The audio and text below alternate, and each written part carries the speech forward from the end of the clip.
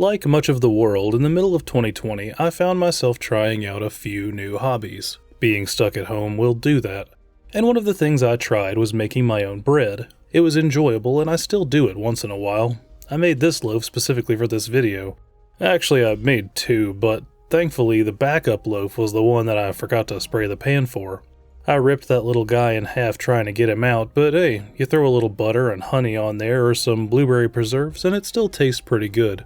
It might not look like much, but it'll fill you up, and that's a motto you can put on a t-shirt. I also just enjoy cooking in general. I took a couple of pictures of things I made the same week as the bread for an example.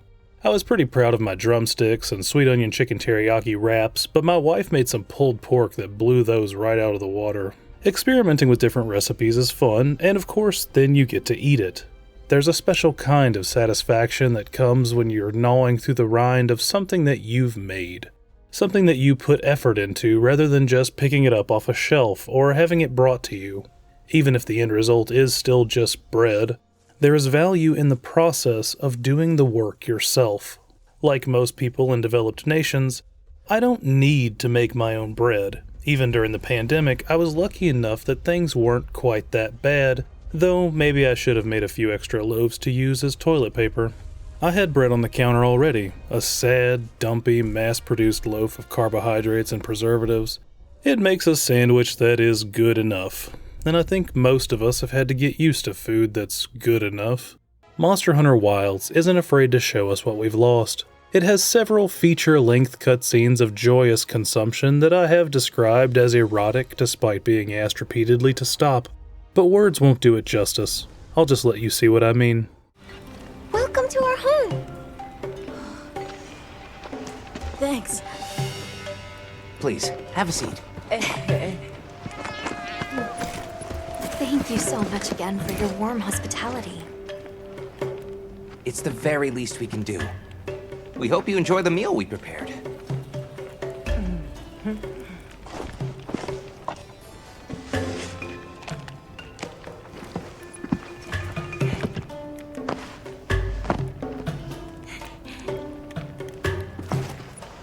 It looks so tasty. Yes, thank you. As we gather here together, may we so share in the wind's bounty. Please, help yourselves. Yes, yes. You heard him.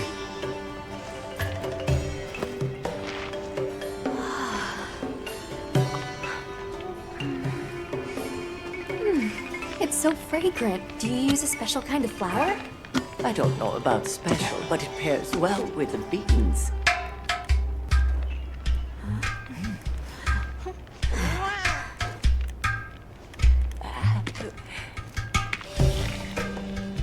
Here you go. Thank you.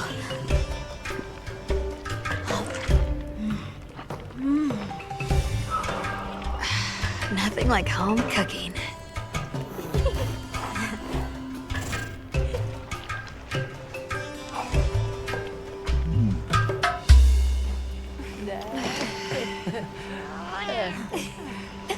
You've got a little bit of drool there.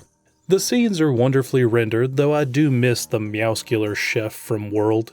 The cheese pulls and drips, the bread tears, and everything looks delicious. It's a feast for the eyes. These scenes stuck out to me because now that I've seen everything the launch version of Wilds has to offer, they got me thinking about cooking and how the design philosophy of the Monster Hunter series seems to have changed over the years.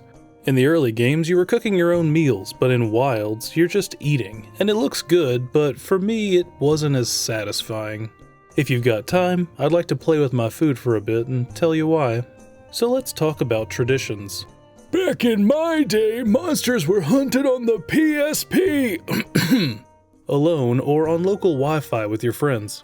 You had to control the camera with a specialized grip known as the claw, where the pointer finger of your left hand used the D-pad to look around while your left thumb controlled movement with the joystick. There was no lock-on camera in the PSP days, and it was fucking miserable. I want to establish that early because I don't want this video to come across as nostalgia baiting. I don't want Monster Hunter to go back to this any more than I want to have to grow and mill my own flour. But it's useful to establish how things used to be so we know how much they've changed. As of this writing, I've played every Monster Hunter since Freedom 1 on the PSP. Monster Hunter World is still far and away my personal favorite. Across all of those mainline titles, the gameplay loop is ultimately the same. Kill monster, wear monster, kill bigger monster. The story was always barely there, but the intrinsic motivation to continue playing was pushed by the incredible sense of challenge, accomplishment, and mastery, which was then followed by a new challenge. These were monsters that would flatten you in just a few hits, and if they did knock you down, they would often hit you multiple times as you tried to get back up. To avoid this death spiral, you had to learn their attack animations and patterns, their weaknesses and the places they were likely to hang out, and where they went to sleep. Once you found your target, you had to mark it with a paintball so you could see them on the map, and that wore off over time, so you'd need to remember to do it again while fighting to refresh the timer, or you'd have to find them again. Paintballs were a limited item. You had to bring them with you or make them in the field, and that was only if the location you were in gave you the stuff to make them at all, and you knew where that stuff was because you couldn't see them on the map. Back then, gathering points usually didn't even indicate that they could be interacted with. You had to run around mashing the gather button and figure it out for yourself. Would you have guessed that you could dig in this tent to get materials? I didn't at first. There was also a limit on how many times you could gather from the same spot before it was gone for the duration of the mission. You couldn't just buy paintballs in the store either, at least not at first. But if they were available, you could buy their components or grow those components on the farm that you had to manage between hunts. The farm was really nice because the hunts were so stressful that it acted as a low point in the tension so you could kind of reset. But do you see how deeply nested these systems are? Your job was just to kill a monster. But before you can kill a monster, you have to track it. To track it, you have to find it and then mark it. To mark it, you need a special item that you can get several different ways that each have their own friction points of both knowledge requirement and time investment. These friction points were painful at first, but as you advance, the game can start taking them away to give you that sense of progression. Eventually, you have a bigger farm so you can stock up on materials, and then you have enough paintballs to not worry about them for a while. Or the store in town starts selling them directly so you can plant things you need for potions instead. Or you find an armor set that gives you a skill bonus that lets you see where the monsters are at all times. Now you don't need to carry paintballs at all, and instead maybe you can bring some life powder to save your friends before they die. You're going to need every inventory slot you can get too, because consumables are very limited, and on top of that, when you craft an item there is a percentage chance that you might fail. This leads to an all too common scenario where you would be out hunting something for 45 minutes in total panic because you automatically lose if the mission timer runs out, and there is literally nowhere left in the mission you can heal except for the bed in your camp, so you have to keep running back to lay down just to try and finish killing something that won't stop flying away. God damn it, Rathalos. Have I mentioned that it was completely miserable? I'm really not saying that we should go back to this. Sometimes my group of friends would spend literal real-world days collecting materials and fighting lower-level targets together to build better gear just to overcome a single monster. I should probably go to therapy about my feelings for the Shingao Ren, but here's the thing.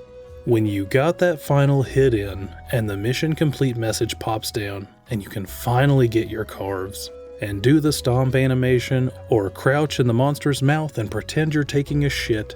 You're sweaty, your hands are shaking from the claw, you're almost in tears, and you feel like you have killed God. These systems were complicated and interconnected and full of friction, but mastery of them was deeply satisfying. You felt that because it wasn't just handed to you. You worked for it. There was a value, not just in the act of killing the monster, but from following the process of preparation through execution. You weren't just a monster slayer on a mission of monster genocide, you were a monster hunter. So here's my question for you. If you've played Monster Hunter Wilds, did you feel that same sense of accomplishment? And I mean that as a genuine question, because for as good as the game looks, and it does look really good, I didn't feel that. And I think that it's largely due to the fact that I'm not the one preparing the meal anymore. In Wilds, the player is always being catered to. Any way that they could be frustrated has been systematically obliterated. Was tracking the monster frustrating? Okay. Now you always know exactly where it is, even if you've never seen it before. Was walking to it boring? Okay. Here's a horse bird that will drop you off right next to it. Was hunting it with just one invincible NPC helper still too hard? You can call in 3 invincible NPC helpers whenever you want with the SOS Flare. Is gathering annoying? Almost everything can be collected instantly with the grappling hook. You don't even have to look at it, you can just no-scope it with the D-pad. I have an infinite supply of whetstones, and I don't need to stop moving to do the actual sharpening, or to heal, or craft. Not that you'd need to stop to craft much anyway, you don't really need to make potions or buffs or traps anymore. Outside of the one quest in high rank that requires you to trap a monster, why would you bother? Traps used to be a tactical tool. You could use the time a monster was stuck to drop a load of damage on it, but it could also be your chance to heal and sharpen and make potions. But you don't need that anymore because of the bird. All the time you spend placing the trap and luring the monster into it, you could have just been killing it. Where a mega potion was once an invaluable tool on your path to victory, you can go several hunts without needing to use one because healing is everywhere in the world. You can grab bugs with your hook, supply items are on the chocobo, mantles heal you, and NPCs dispense unlimited free medicine directly into your open mouth like the baby bird that you are. And to top it all off, all of that respawns infinitely, except the supply items which do refresh after you've been in the mission a little while. The rough edges have all been sanded off from the get-go, and there's nothing the game can offer me outside of equipment to make me feel like I'm progressing, but there are so many different ways to mitigate or reverse damage that there's little reason to invest time worrying about what kind of armor you're wearing anyway. The progression curve doesn't matter because there's so little challenge, and without challenge, there's a lot less of that tasty intrinsic reward for completing your hunt. It's a completely frictionless experience, but there is such a thing as too much lube. Speaking of lube, those softcore pornography adjacent cooking cutscenes aren't just for the sex appeal. Eating a meal in Monster Hunter gives substantial bonuses to the player's health and stamina, as well as boosting attack, defense, elemental resistances, and giving special skills. Just like real life, having food is a huge advantage over not having food. In the older games, you could only eat in town before you left for a mission. In World, they added the ability to eat during missions but only in your camp, and you had to wait at least 10 minutes between meals. You would lose those bonuses whenever you faint from taking too much damage, and it really ramped up the pressure because if you faint 3 times, you lose the mission, but if you died too quickly and couldn't eat yet, you were also substantially weaker. None of that exists in Wilds because you can eat whenever and wherever you want thanks to a portable camping grill, and you don't lose your buffs when you faint. I was in the last fight of Wilds when my buffs ran out and I didn't even have to leave the arena. 10 feet away from the final boss, I whipped out a skillet, fried up some fish, and ate it before he could hit me, putting me immediately back up to full health and stamina. And that's just silly, right? Wilds is a buffet of non-stop all-you-can-hunt cinematic action. You don't need to faff around looking for your target or gathering ingredients or planning an armor set. You don't even have to bother killing the monster yourself if you don't want. You can just call in some computer friends to do the fighting for you. Hey, maybe they'll write your essay or paint a picture for you while they're there. It'll look like shit, but it's technically easier than learning to do it yourself, right? It's hunting as junk food, and I've filled up on enough bags of chips to know it's bad for you in the long run. But Wilds is Capcom's fastest selling game of all time as of this writing, and I seriously doubt they'll be sacrificing its mass appeal to me. I get it, but it's a shame that there really aren't any competitors in the Monster Hunter space. It's hard to imagine that I'll still be thinking about Wilds in 6 months. Maybe because I remember what it's like to eat something that I made myself. If you've made it this far, sorry for making you hungry. If this is the first of my videos you've seen, there should be plenty to sink your teeth into. Hopefully by the time this video goes up, I'll have gotten my fucking Patreon fixed because they deactivated my account because I was trying to give money to people. If it's there, it's free. You could check it out. I'm just using it as a channel blog and maybe putting some behind the scenes stuff up there. I put in a $1 tier, but I promise it's not gonna get you anything extra. I guess maybe I could put people's names on the screen or something. Anyway, that's all for this one. Stay hungry, hunters, and as always, thanks for watching. Later.